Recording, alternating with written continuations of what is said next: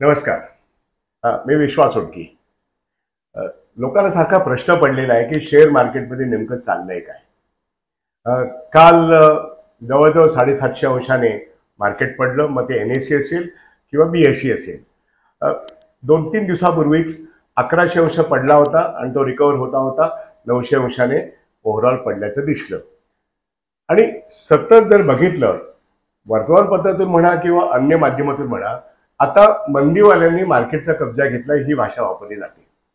किंवा काही खूप शहाणी मंडळी आहेत ते कोर्स करेक्शन चालू आहे, कारण 73,000पर्यंत सेन्सेक्स गेला. मग आता काही जण ट्रेडिंग करतायत, अशा तऱ्हेची भाषा वापरतात.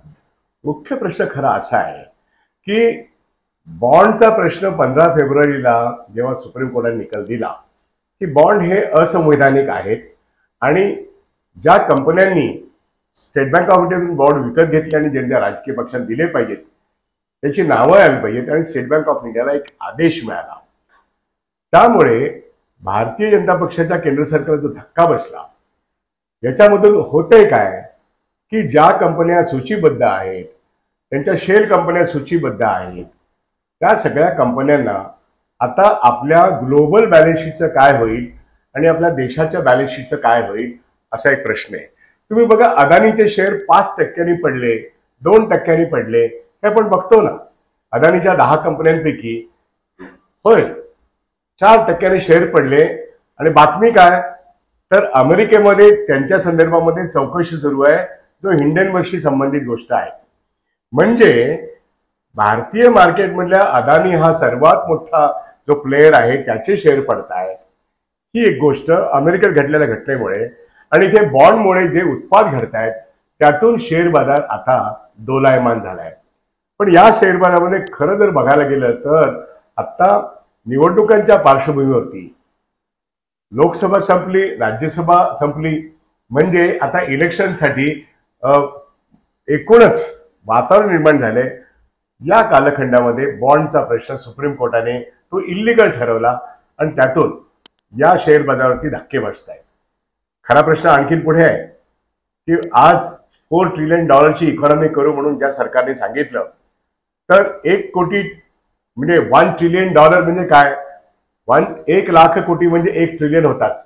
त्यामुळे $1 लाख कोटी एवढा फॉरेन पोर्टफोलिओ इन्व्हेस्टमेंट आता बाजारामध्ये ऑपरेट होतोय आणि म्हणून बाजार वरती गेला. पण तो गेलेला बाजार आता इलेक्ट्रल बॉन्डच्या एक्सपोजर नंतर धाबत आणले ते केंद्र सरकारचं. या केंद्र सरकारविषयी जगभर जे मोठमोठ्या कंपन्या आहेत ज्यांनी इथे गुंतवणूक केलेल्या आहेत, जे $1 ट्रिलियन मध्ये हिस्सा भागीदारी करतायत, ते आता असा विचार करू लागलेत की आता इथे थांबण्यात अर्थ नाही, आपण परत गेलं पाहिजे. पण फॉरेन पोर्टफोलिओचे फार मोठ्या प्रमाणात शेअर विकले जात आहेत आणि त्याचा परिणाम एकूण सेन्सेक्स हा घसरण्यात होतोय. हीच खरी वस्तुस्थिती आहे. पॅनिक सिच्युएशन, धोक्याची घंटा हे मार्केटमध्ये वाजते, कारण या देशामध्ये एक राजकीय अस्थिरता, एक आर्थिक अस्थिरता याचं एक स्पष्ट निदर्शन सुप्रीम कोर्टातून आलेल्या निकालातून दिसतंय. आणि त्यामुळे विदेशी गुंतवणूकदार जसे आले तसे परत जाण्याच्या मार्गावर आहेत आणि म्हणून मंदीवाल्यांनी कब्जा घेतला मार्केटचा आणि मार्केट पडतं. मार्केटमध्ये मी कित्येक वेळा सांगितले गेल्या 5 वर्षात विशेष करून की मार्केटचा खरा जो एक साईज आहे, एकूणच भारतामध्ये या देशातल्या कंपन्या ज्या आहेत त्यांचं जे काही नक्त मूल्य आहे त्याचं प्रतिबिंब जर सेन्सेक्समध्ये दिसायचं असेल तर आत्ताचा दिसणारा तो 73,000 हा किमान 30,000ने सूज आलेली सूज. ही सूज कोण आणतं? या देशातले आता मोठमोठे सत्तेदार आहेत, जे ज्याला आपण म्हणतो सत्ता बाजार जो आहे, या सत्ता बाजारामध्ये सिंडिकेट करून जे ब्रोकर्स काम करतात यांच्या हातात हे मार्केट आहे. कित्येक वेळा हेच शेअर कुठला वरती न्यायचा, कोणता शेअर विकायचा हे ठरवत असतात. आणि शेअर पडला, कंपन्यांमध्ये खूप मोठं शेअर बाजारामध्ये पडझड सुरू झाली की मग भारत सरकार आपल्या LICला, आपल्या स्टेट बँक ऑफ इंडियाला, आपल्या UTIला मार्केटमध्ये हस्तक्षेप करायला सांगतं आणि त्यामुळे त्यांच्या मार्फत पुन्हा असे काही शेअर्स घेतले जातात. त्यामुळे लोकांचा पैसा LICत असलेला, बँकांमध्ये असलेला त्यांची बचत ही मार्केट सावरण्यासाठी घेतली जाते आणि तिथे मार्केट कोर्स करेक्शन करतो असे आपल्याला अनेक शहाणे लोक सांगत असतात. त्यामुळे भरभरून लिहिणारे, भरभरून बोलणारे खरं करीत काही बोलत नाहीत. ते फक्त कोणता शेअर घ्यावा, कोणता शेअर घेऊ नये आणि त्याच्याबद्दल रकानेच्या रकाने भरून लिहितात. मात्र वस्तुस्थिती हीच आहे, भारत सरकारमध्ये एक आर्थिक अनिश्चितता आहे. $4 ट्रिलियन कशा पद्धतीचे इकॉनॉमी आपली आहे, त्याच्यामध्ये प्रचंड विषमता किती आहे आणि एक वस्तुस्थिती लोकांना कळली आहे. 22 लोकांच्या हातामध्ये या देशाची 60% संपत्ती आहे.